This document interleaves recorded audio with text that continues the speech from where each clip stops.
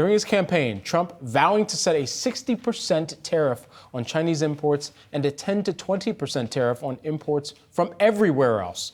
So what could this mean for your money? Our very own Akiko Fujita has more. Brad, the expectation is that Trump will boost inflation, and that's been reflected in the swings we have seen in the bond market today, particularly on the longer end of the curve.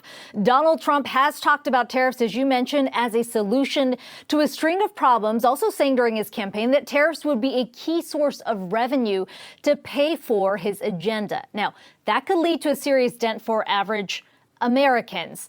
Trump has repeatedly promised to add universal 20% tariffs on all goods imported into the U.S., 60% tax on goods coming in from China, and we're talking about more than $3 trillion worth of goods being slapped with tariffs. The Peterson Institute for International Economics estimates those tariffs alone would cost the typical American household over $2,600 a year. Another study by the Yale Budget Lab puts that estimate even higher, saying Trump's proposed tariffs would add anywhere from $1,900 to $7,600 per household annually. And when you put it simply, the 1060 or potentially the 2060 tariffs on those goods would lift U.S. tariffs to their highest levels since the 1930s, at least according to the Wall Street Journal. That is expected to have wide implications on everyday goods when you consider just how much is imported from China alone. Morgan Stanley, in its report ahead of the election results, saying Trump's plan would raise consumer prices by nearly a percentage point.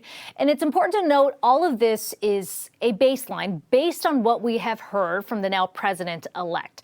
The reason why tariffs loom so large in terms of potential impact to the economy is because this is policy that the White House can set without asking for Congress's approval. Now, the question is, how much of this is policy that will be implemented? How much of this is a negotiating ploy? And we've learned that from the former president's first 4 years in office. He likes to use tariffs as a tool. Goldman Sachs economists in the camp saying they don't see a 60% tax on goods coming in from China, but 20%. And in that scenario, core inflation would be closer to 2.3% in a year, lessening the blow to average Americans, Brad. All right, Akiko, thanks so much for the breakdown. Appreciate that.